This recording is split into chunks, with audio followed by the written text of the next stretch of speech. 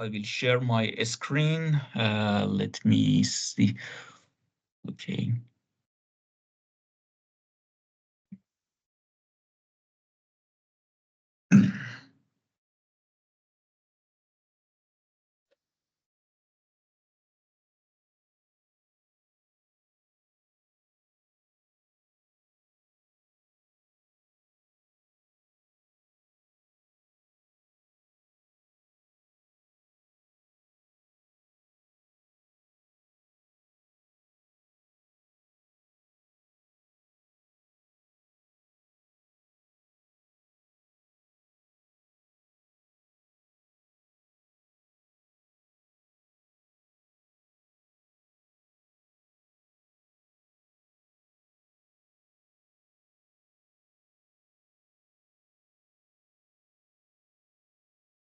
Okay, if my screen, can you see my screen, anyone?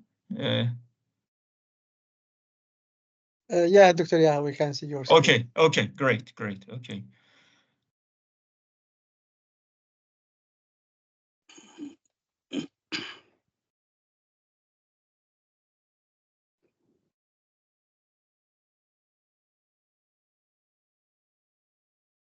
Okay, hello everyone. Good morning, good afternoon, good evening to everyone, wherever they are attending this webinar.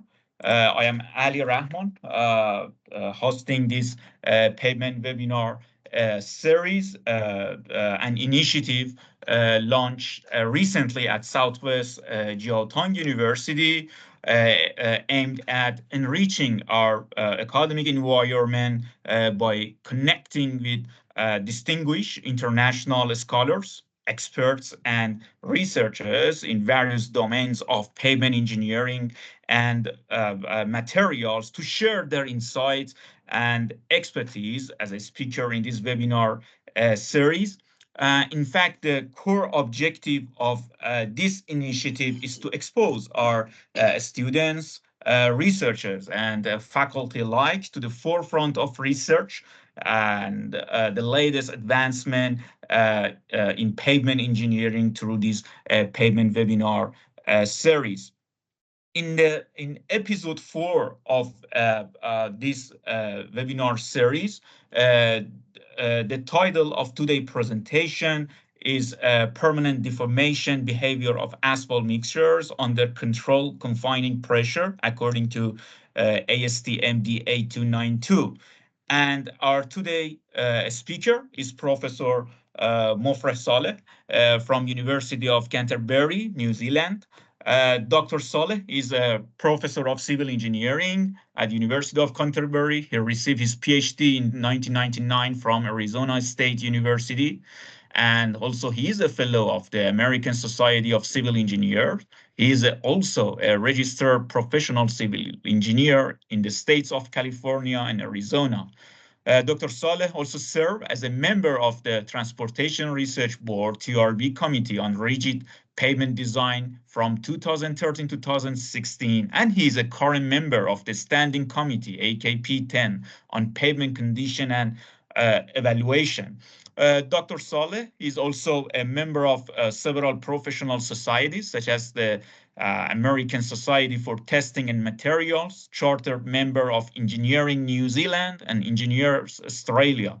Dr. Saleh has served as an associate editor for the ASC Journal of Materials in Civil Engineering and has been an associate editor for the International Journal of Pavement Research and Technology and a member of the editorial board of the International Journal of Pavement Engineering.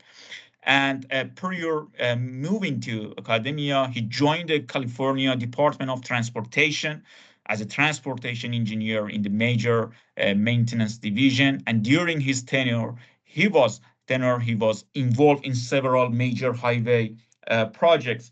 Professor Saleh is an expert in the area of pavement materials characterization, pavement design and analysis, road access management, and geometric design of highways. He has carried out several funded research projects of national and international impacts for different governmental and private organizations, consultants, and contractors, and has been involved in major highway design projects in New Zealand and Australia. So Dr. Saleh has several publications in refereed journals and international conference proceedings. And also his research book resulted a patent registered in several jurisdictions in USA, EU, Netherlands, France, Germany, and other countries. So it's a privilege to have Professor Saleh today in our today webinar. Thank you so much, Professor Saleh, for accepting my invitation. Before starting the presentation, for our audience who are attending this webinar. This webinar has two sessions. In the first session, which have a presentation by Professor Saleh and followed by a Q&A session. During the presentation, whether you can type your question on the chat box and I will read and Professor Saleh will hopefully reply us, or you can raise your hand, turn on your mic and ask your question directly from Professor Saleh. With that introduction, I give the floor to Professor Saleh, and yeah, back to Professor Saleh. Yes. Thank you, Dr. Rahman. You guys able to hear me? Yes, we can hear you, and we can. Everything is clear. Well, good afternoon, ladies and gentlemen. Maybe good morning for somebody else, or good evening. So wherever you are, welcome to this webinar series, and thank you for the invitation. It's my pleasure. So as Dr. Rahman mentioned, the talk today will focus on permanent deformation behavior of asphalt mixes under controlled confining pressure according to ASTM D8292. Let's start with just permanent deformation or cumulative permanent deformation, or what we call it rotting, and it is a serious problem in many. Excuse me, Professor Saleh, we cannot have your screen, unfortunately. Yeah, your screen is not showing. Yes. Is it? Yeah. Is it not shared yet? No. Yeah, we can. So let me go back again. I think I did share it.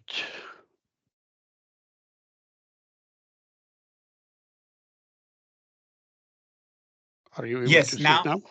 Yes, now we can see. Thank you.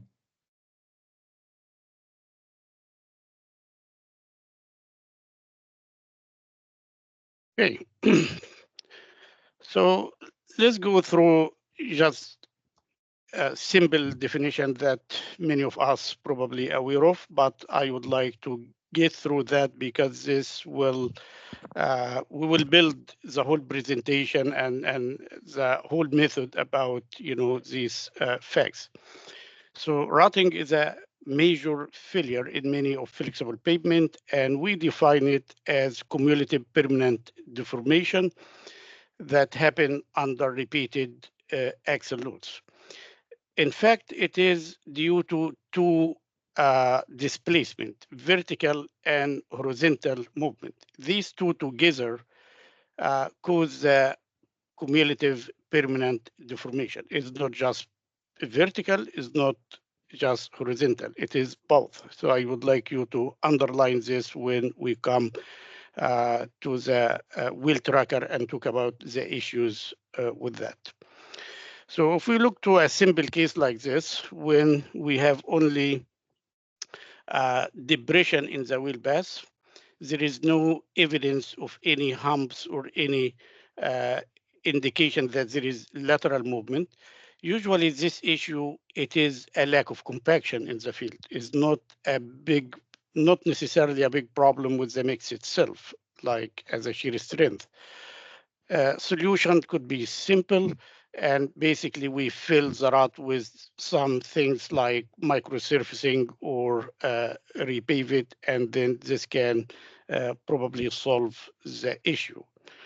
Or we can have a similar thing like the previous case, but we can observe some cracks, and this will give us indication that there is subsidence here underneath the asphalt. And this gives us indication that we have issues here with the compaction of the base sub-base system. Again, this is a quality control issue. It is not necessarily an issue with the mix itself. So case 1 and case 2 is not really the concern that we have in evaluating the asphalt mix. What we're really concerned about is when we have a mix like this case here, where we can see the permanent deformation happening. You see humps here indicating that there is a significant lateral movement. It makes it clearly tell us that mix has issues with shear strength.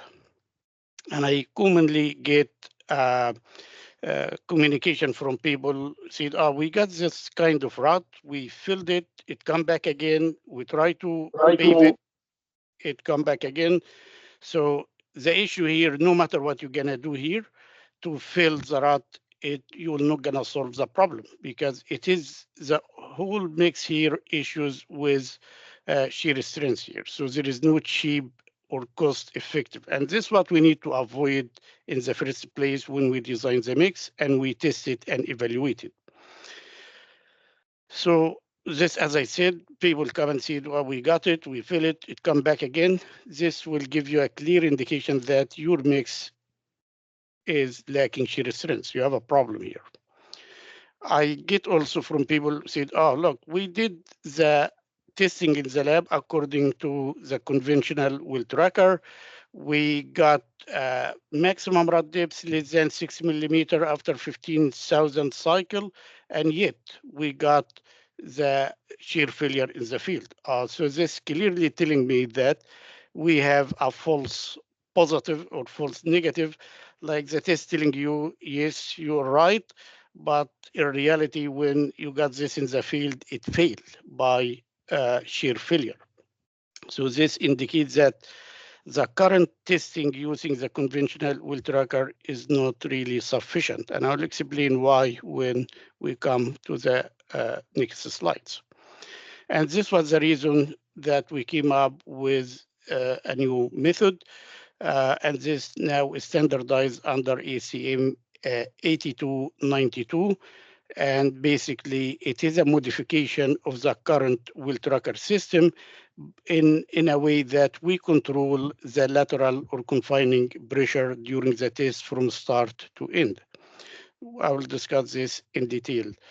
This wheel tracker is patented in many jurisdictions, US, Europe, and in many countries in Europe, France, Netherlands, Germany, UK, and also patent in China. The common testing like people used to use to characterize permanent deformation, one of the reliable ways is to use like dynamic creep or static creep. Advantage of the test, obvious, it is a fundamental test, it's not empirical. Provide full permanent deformation behavior curve where we can see the point where shear failure happened. Disadvantage, the test is not easy for practitioners to do it on a day-to-day because of the glowing and instrumentation and the kind of device needed. Another issue with that is the kind of loading does not really represent a moving wheel. And the moving wheel cause what we call it rotation of the principal stress during the wheel when it moves. So it keeps reorienting itself. You don't find this in a triaxial or uniaxial loading because it will remain the same and it doesn't change. So in simple words, that using uniaxial or triaxial does not fully represent a moving wheel. So the only test that can do this is basically either a full scale test or the wheel tracker test. But the wheel tracker in the conventional manner has issues, as I will explain shortly here. So the wheel tracker is good simulative test, easy to run. There is no further instrumentation or anything you need to glue or put in the specimen. Disadvantage, it is empirical test. And in that current form, where you have a fixed steel mold or fixed boundary, and a small slab like 1 foot by 1 foot or 305 millimeter by 305 millimeter, the test here can only see or present a very small portion of the permanent deformation curve. So if we look to the full permanent deformation test, like this is actually from the modified wheel tracker, where we can see three distinct zones: primary, secondary, tertiary. So three zones is what we would expect to see when we test a specimen for a large number of cycles. But what we see with most of regular or conventional wheel tracker, you only see the primary and a small portion of the secondary phase. You don't see anything beyond that. You don't see, that inflection point or flow number. You don't get into that. So the simple fact is, if you cannot test it, you cannot see it, you won't be able to predict it from the small portion here that you get from the test.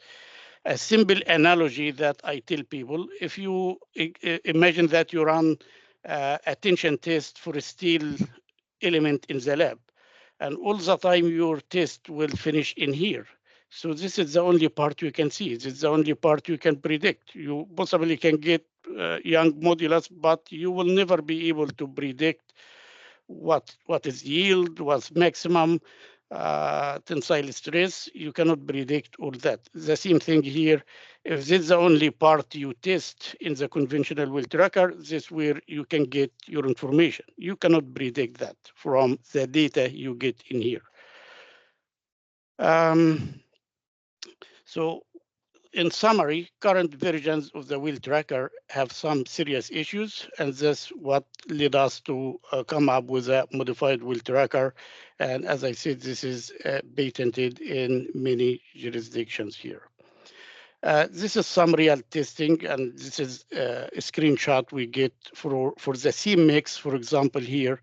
This is a soft binder. This corresponds to 64 minus 16 BG grade, or in penetration grade 8 to 100.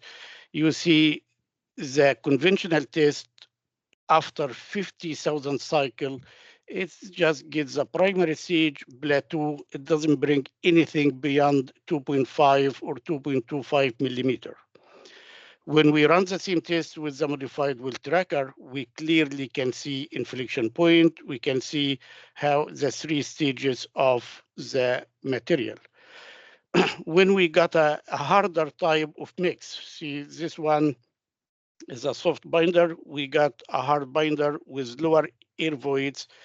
We ran the conventional wheel tracker test. Again, after 50,000 cycle, we couldn't see any difference between this mix and the previous mix.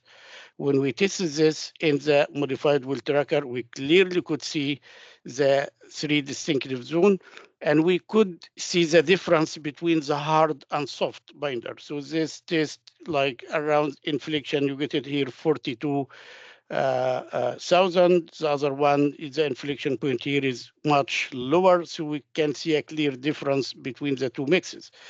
So one thing to note here is the conventional wheel tracker is not really sensitive to the type of binder, and is not sensitive to the air voids. This is all issues that we can see with the conventional device. Looking to literature and see whether this is a unique thing we got or anybody else reported similar issues. So this is a report from Dr. Hala Azari. And the purpose of the report was actually to come up with a precision for the Hamburg wheel tracker. Well, I can tell you up until now, I couldn't see any precision statement that been developed years after this research done. So this is the statement you see in the H2T324 that looked to the Hamburg wheel tracker. But this is not the main issue. The main issue, again, she reported the same issues. All the mixes, whether she got from the field, whether a slab or cylindrical core, it shows no inflection point. It only shows a primary and some secondary stage, but there is no inflection. And this is what she clearly put in her report. The only mix that could show inflection point, very weak and poorly performing mixes. And this is clear to me and from the research we've done, because these mixes can overflow over the mold. So when the overflow happen over the mold and there is lateral movement happen, then these mixes present and show a tertiary or three stage of rotting. But if you have a decent mix, it's not necessarily a very good mix. You won't see any three stage. You only see the primary and part of the secondary, unless you really run too many cycle, like very long number of cycle to reach that point. Other issues with the conventional well tracker, there is no unified criteria, because simply the test is poor. It's only show a small part and you try to come up with something out of that very limited information you get. You see some people look to deformation after 5,000 cycle, some other 10,000, 15,000, 20,000, some put it at 6 millimeters, some 12 millimeters, some look to the creep slope, some look to the strip slope, but no unified criteria. And which one is credible? I doubt that any of this provide a very credible information, and I will explain why. Major issue that we found with the conventional well tracker, that the stresses is not controlled and actually change from point to point during the test, which makes the result not reflecting the field. So the state of stresses is out of control. The current conventional version of well tracker do not accurately simulate the state of stresses in the field. And that's why you get unrealistic permanent deformation. And all the conventional well tracker only provide or see the primary and a small part of the secondary stage of permanent deformation curve.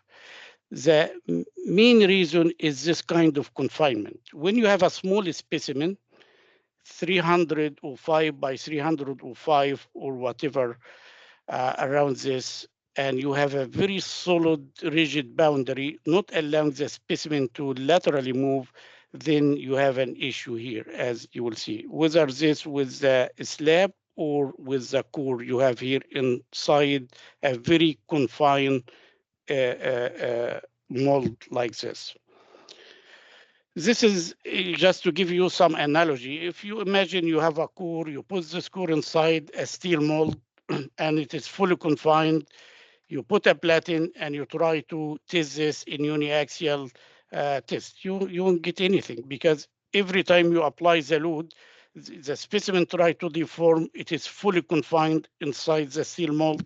So basically you're probably gonna crush the aggregate, or you can cause some densification, but you're never gonna reach shear failure in such environment.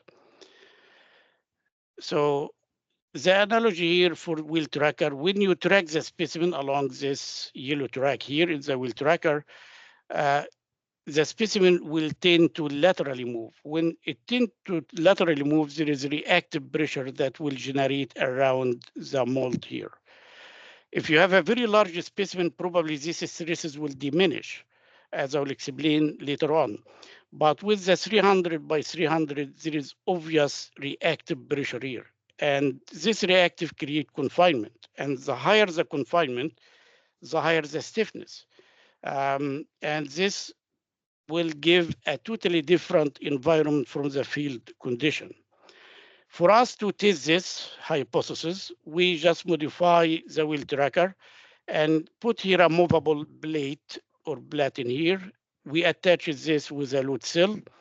We put this both sides and we loaded the specimen here, and we try to measure the pressure or the force created by this platen as the wheel tracker tracks the specimen here. And see here what we got. At the start of the test, there were zero force. It means the specimen was very much unconfined. As we keep tracking the specimen, this pressure keep building up, and keep increasing.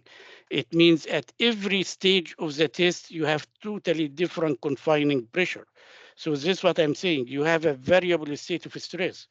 You cannot see this specimen is unconfined because this only was at the start, and you cannot tell what pressure you confine because it is vary from part to part during the test. So this creates a very poor situation in the test.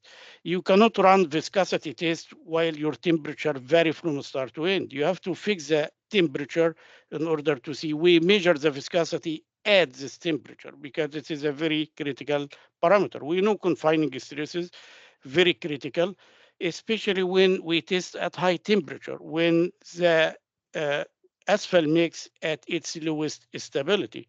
So confining pressure, nobody can deny it is very important parameter here. So the measurement here of reactive force with the number of cycles provide evidence that the state of stress is variable. The higher the number of cycles, the higher the confining stresses. And the higher the confining stresses, the higher the stiffness. And I call this false strength or false stiffness because it only happened due to confinement. If you don't have this confinement, you wouldn't get this high pressure here. So this gives us explanation why the permanent deformation is very low, like when we run it for 50,000 cycles, we only got very small permanent deformation because every time the specimen try to deform, the reactive pressure increase. So this explains this issue. And this also tells us why you never reach tertiary stage, because the more you track the specimen, the higher it confined. And again, this counter effect the number of cycles that you apply when you get this high confinement of the specimen.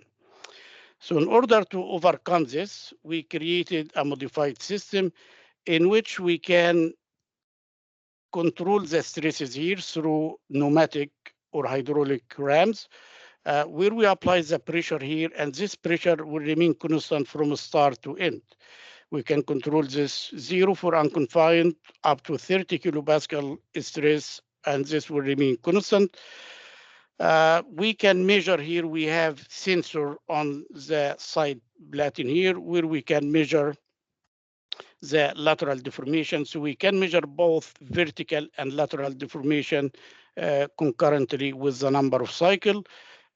This will give us a lot of parameter to measure what we call it flow number based on horizontal deformation and flow number based on vertical deformation. We'll see this. This is a kind of modified mold where we have this platen is movable in and out in the mold, and the pressure here is maintained constant from start to end of the test.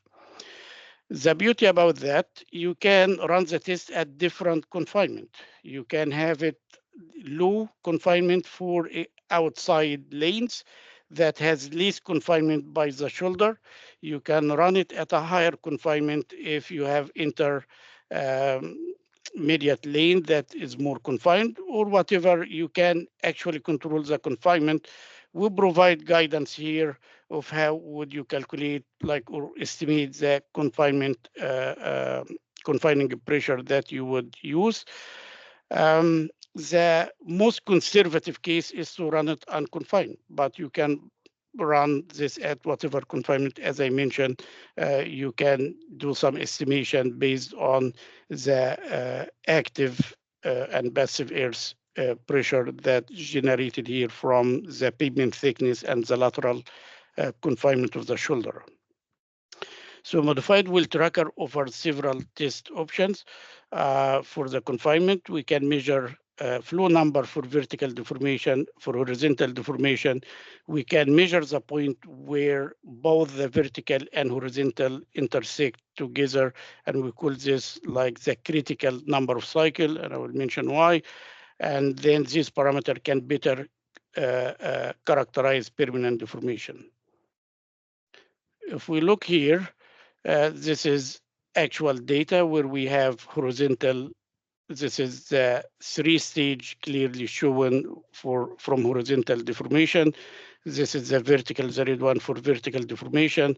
We can easily use Franken model, and we model the data to determine and calculate the number, flow number based on vertical deformation and flow number based on horizontal deformation.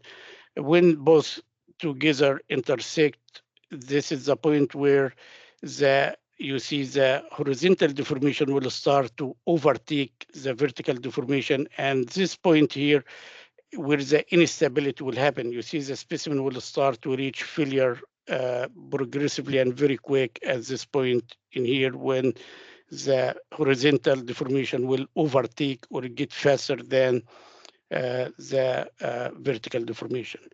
When we look to the correlation between the flow number based on horizontal and vertical deformations, they came very well correlated together. So you can use one or the other, or you can use both as a second layer of validation to characterize the material. We try to correlate the wheel tracker with a test like dynamic creep, which is a bit more fundamental kind of test.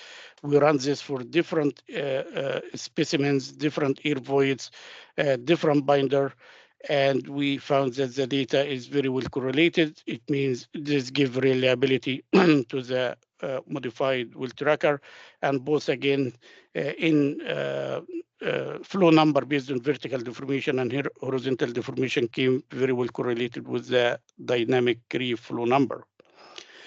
The precision of the test is much better. And as I said, even the conventional wheel tracker for years and years has been used. No precision statement been established up until now, as I showed in the start of the presentation. With this one, we have a coefficient of variation less than 20, which is very much acceptable for this kind of test.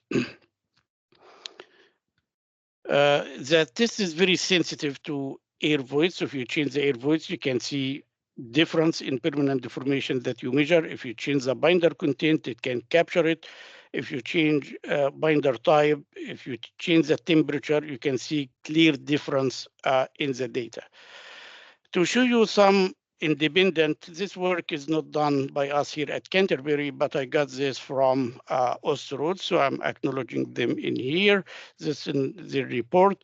And they run, again, the wheel tracker in a confined mode and in unconfined. So they replicated our patented device, and they find exactly the same thing. The same mix they run here for several thousands of cycles, no evidence of tertiary flow, but when they use the unconfined or they control the stresses, like they change the mold setup to unconfined, they got very distinct difference between these mixes here. So they're similar. They also did some simulation, and the interesting thing that I would like to point at, they found that if you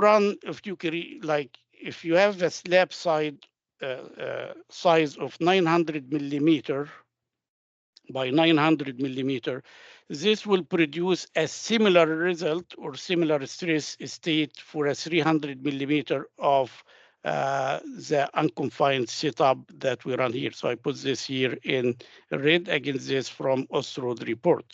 What this really mean? The 300 millimeter slab that we usually use for the modified wheel tracker or the conventional wheel tracker, if we run this in the conventional setup, it will provide similar state of stress similar to a very large slab. You won't be able to create a slab 900 millimeters. This will defeat the purpose of laboratory testing. The purpose of laboratory test is to have a specimen that you can run it over and over for quality control, for run replicates. So if the specimen size becomes so large like this, you won't be able to do it because you need like a very large amount of material. Just for your knowledge, you will need roughly around 15 kilogram or up to 20 kilogram to create this 300 mil. So multiply by 3 to create this one. This will be too much to do with. I mean, if you would like to create large slab here. So modified well tracker will provide a good advantage that you can, instead of using large specimen, you still can use a small specimen, but create the boundary or right boundary condition, and this will give you the state of stress and the condition that exists in the field. Why I'm pointing this? Because also Australians or Australian try to use this to test granular material, which up until now we don't have a reliable test to do it.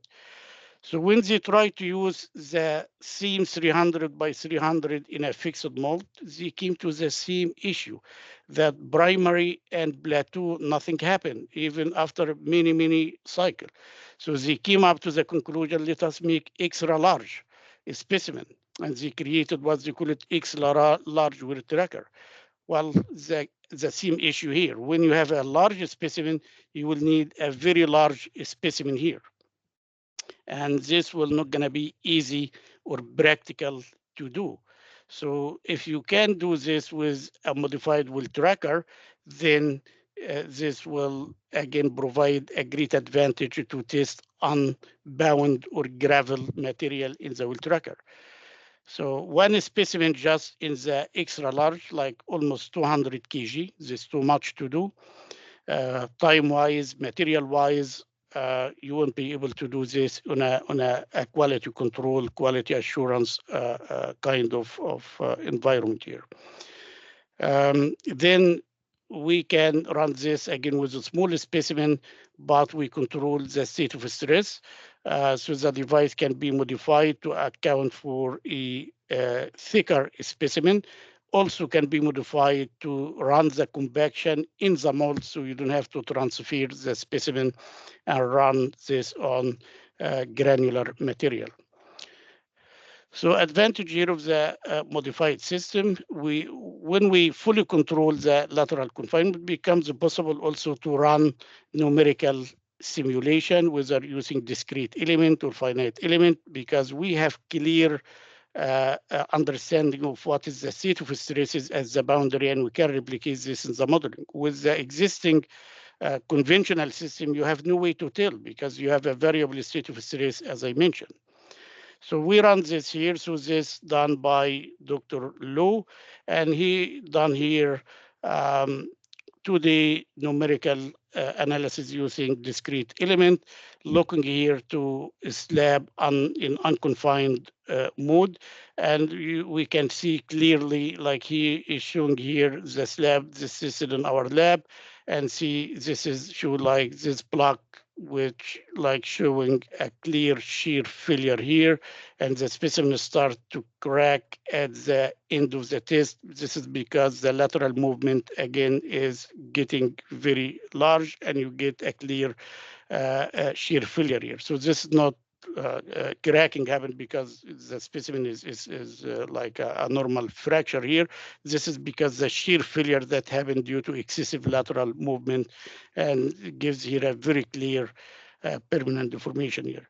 When the simulation run again for a fully confined specimen, you cannot see much of lateral movement, and basically the again the confinement pressure prevent the specimen from behaving as it should when under this loading here.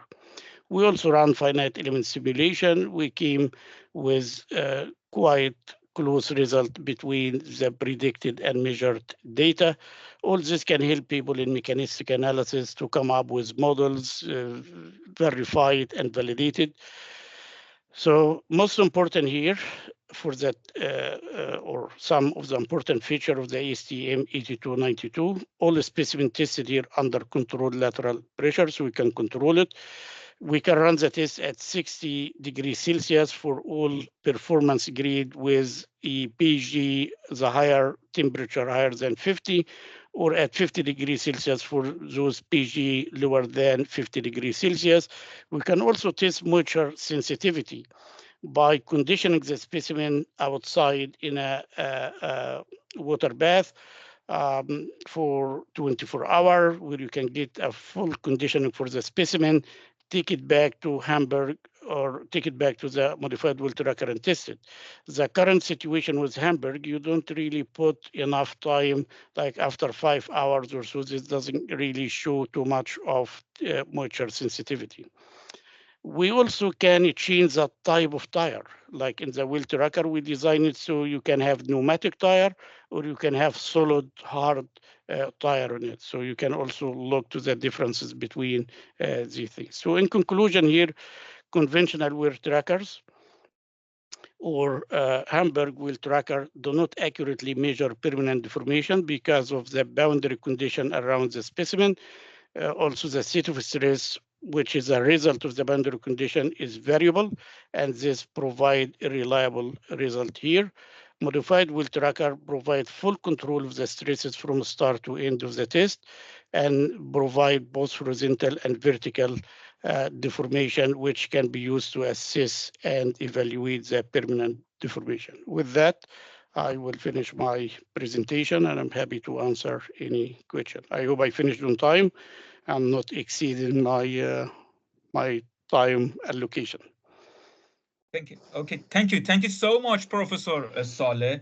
Very inspiring and insightful presentation. I myself learned a lot, really, about this presentation. So very, very interesting. So many information and how it's really your, in fact, invention and this patent and this really changed the measurement of permanent deformation in asphalt mixture and pavement mixture.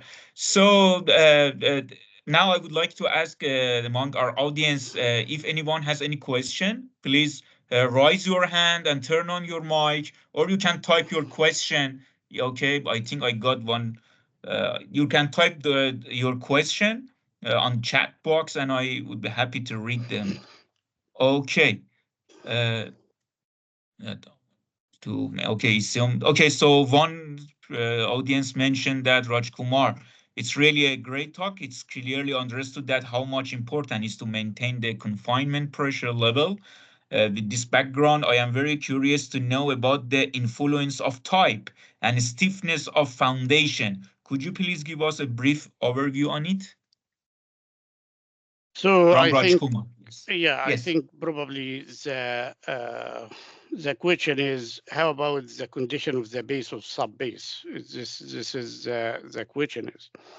The thing that I need to attract the attention of the person who asked the question is we test here each material by itself, is not the combined pavement structure. So if you have any issues or you would like to test the granular material, you have to test the granular material by itself and make sure that it suffices the requirement and standard before you start putting the asphalt on the top. So the test here, like many other tests, we don't test the combined or the overall subgrade. You test it by itself. You have to go and look for what is the condition, soil classification. If you have issues with, plasticity or whatever, you need to stabilize it. Then you go for the base and sub base. So each material has to be tested separately to know the issues with it, and you see the compliance of this material in the design phase and in the implementation and construction phase. I hope this answers the question. Thank you, Professor Saleh, for your answer. Okay. And other question, please raise your hand. Or type your question. Okay, I think I have two question, Professor Saleh. You mentioned that, of course, this test setup can be conducted under different temperature or loading condition. And also, I want to add whether freeze-thaw cycles also can be simulated and be done by this test. So you see temperature, you see pressure. What is the third one? The freestyle cycles. If is it possible to also to simulate freestyle and do the mixture, the routing under freestyle cycles? What do you mean by freestyle cycle? Freestyle. I mean the condition that we have the regular freezing and thawing. I mean we condition the yes freeze and thaw. Do you mixture. mean? Yeah, freezing. Yeah, freeze and Okay. thaw Yeah. cycle. Yes. Yeah. Any conditioning you can run on the specimen outside. And Mhm. then after you do the conditioning that you want to do, then you can take the specimen, put it in the wheel tracker, adjust the environmental chamber for the test temperature, and run the test. So you can run whatever conditioning that you would like to do, totally separate from the modified wheel tracker, and then bring the specimen after the conditioning and run the test. So this way you can see the difference between the control specimen and the conditioned specimen. Okay, Yeah. great. Yeah, okay, great. And thank you. And my another question, yeah, as you mentioned, of course, for any kind of composite structure or pavement like granular materials with asphalt mixture is not possible. In fact, it's not feasible to run the test. But I want to know whether for double layered asphalt mixture, is it possible to run them to in the under this test condition, under this new modified, yeah, two double Again, layered asphalt, if yes. you created your slab as a double layer, and then you bring this slab into the modified wheel tracker, you still can test it. How do you interpret the data, whether this related to the first top layer, second layer? This will be another question you have to think about. But you definitely can have, like, you create your slab if you use a roller compactor to create the layers, the two-layer system, you can do this. There is no issues of doing it, but the question, how do you interpret and how do you analyze the data here? That's okay. Great. Thank you for your answer. Okay. Another question from our audience. They ask, it is known that we cannot 100% remove moisture content on pavement surface. Did you consider that in the research as well? As I said, the moisture sensitivity can be, you talk about the moisture damage here, or looking at the moisture damage. Is this the question all about, or? Okay. Hello? Is the Yes. question about this? Yeah, I mentioned that. I mentioned that, yes, you can test the effect of moisture damage by preconditioning the specimen in a water bath. Again, if you put this for at 60 degrees Celsius for 24 hours or 20 hours plus or minus, and then you dry the surface of the specimen, bring it and test it in the wheel tracker. This will provide more reliable testing than the current Hamburg, where you just test the specimen soaked in water. This, I don't think this really provide any meaningful result again, because you only put this for like 5 hours or so. I don't think this will provide too much into the actual damage that happened due to stripping and other effect due to moisture. But if you want to test it, yes, you can test it in the wheel tracker. You can look here to the how this affects the number of cycle to failure, how this affects the flow number for conditioned specimen compared to the control specimen. So. Okay, great. I hope, yeah, you got the answer, the audience, from the audience. Okay, so yes. Okay, other question, please.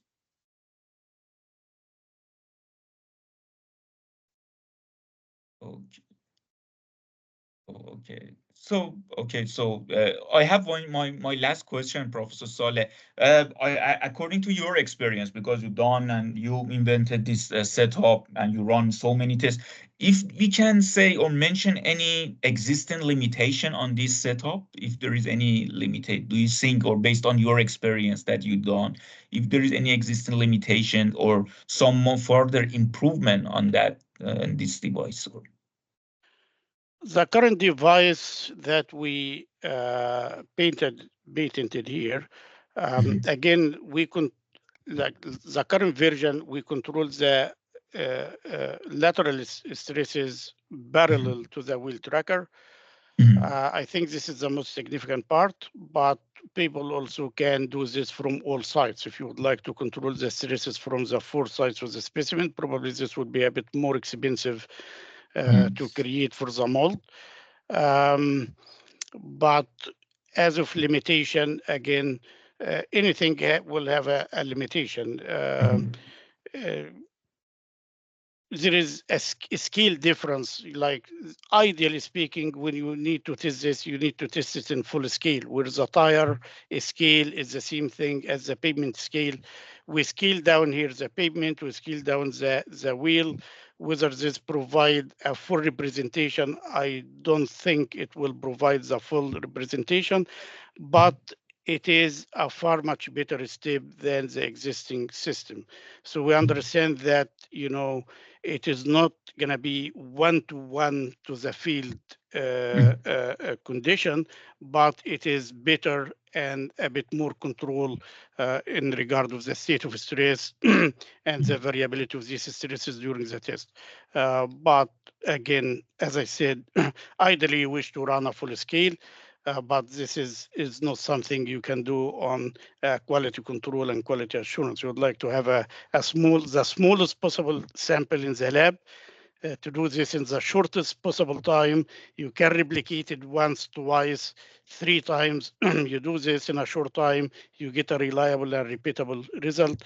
This is the whole idea about lab testing. So yes, any lab test has its own limitation. Sure. Yeah. Okay, great. Thank you so much, Professor Saleh. Really, thank you for your time. Thank you for accepting our invitation and for your very informative presentation. I hope there would be a chance in future we could have some collaboration and academic exchange. I'm really looking forward to that. Or hopefully, maybe have you in Chengdu, hopefully in China, in Chengdu. I hope we can have a chance, looking for a chance to have you in our university in Chengdu. And again, thank you everyone for. Okay, I just got another question. It seems just appear. Uh, they asking the moisture damage sensitivity test is comparable to the Marshall test. I had the experience of conducting the test, and one thing I noted was material properties affect a lot the stress resistance of pavement on axle load. What is your view on binder age? So she talked about many things here. Binder aging, talk about moisture, talk about Marshall. So what exactly is the part of the question that she is asking? Yes, of course, binder aging will have, like, as I mentioned in during the presentation, this test, the good thing about it is quite sensitive to the binder type. So imagine if we run the test with some wrap, like include some aged material on that. This will stiffen the binder. We can clearly see the effect in the results that it will produce different rotting when we run it. If we use a harder binder, whether this is due to aging or by nature it is a harder type due to polymer addition, we could see that the test can capture the difference in terms of the measured permanent deformation. So this is actually probably would be a good way to see the effect of aging. If you have aged material like wrap material that you would like to include, how much it will affect like permanent deformation. So if they're talking about the aging part. I hope I answered the question because I wasn't fully understand what exactly is the point she is asking about. Yes. Okay. Okay. Great. Thank you. Thank you, Professor Saleh. Okay. Any other question? We have just very okay. Yes. We have just 1-2 minutes left. 2-3 minutes.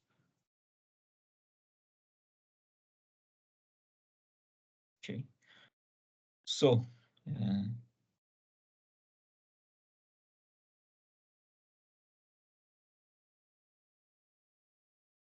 Right. So it seems no more question from the audience. Okay, thank you again. Thank you, everyone, really, for attending this webinar. Thank you so much, Professor Saleh, again, for accepting my invitation and really for your contribution to this payment webinar series. And by the way, I would like to ask you, is it possible if we have a copy of this presentation for our audience and students for further reviewing?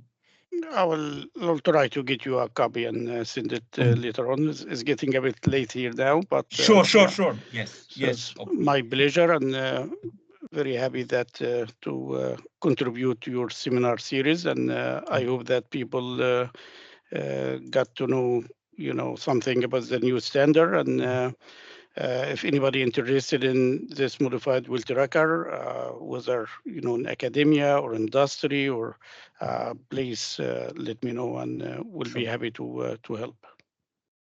Sure.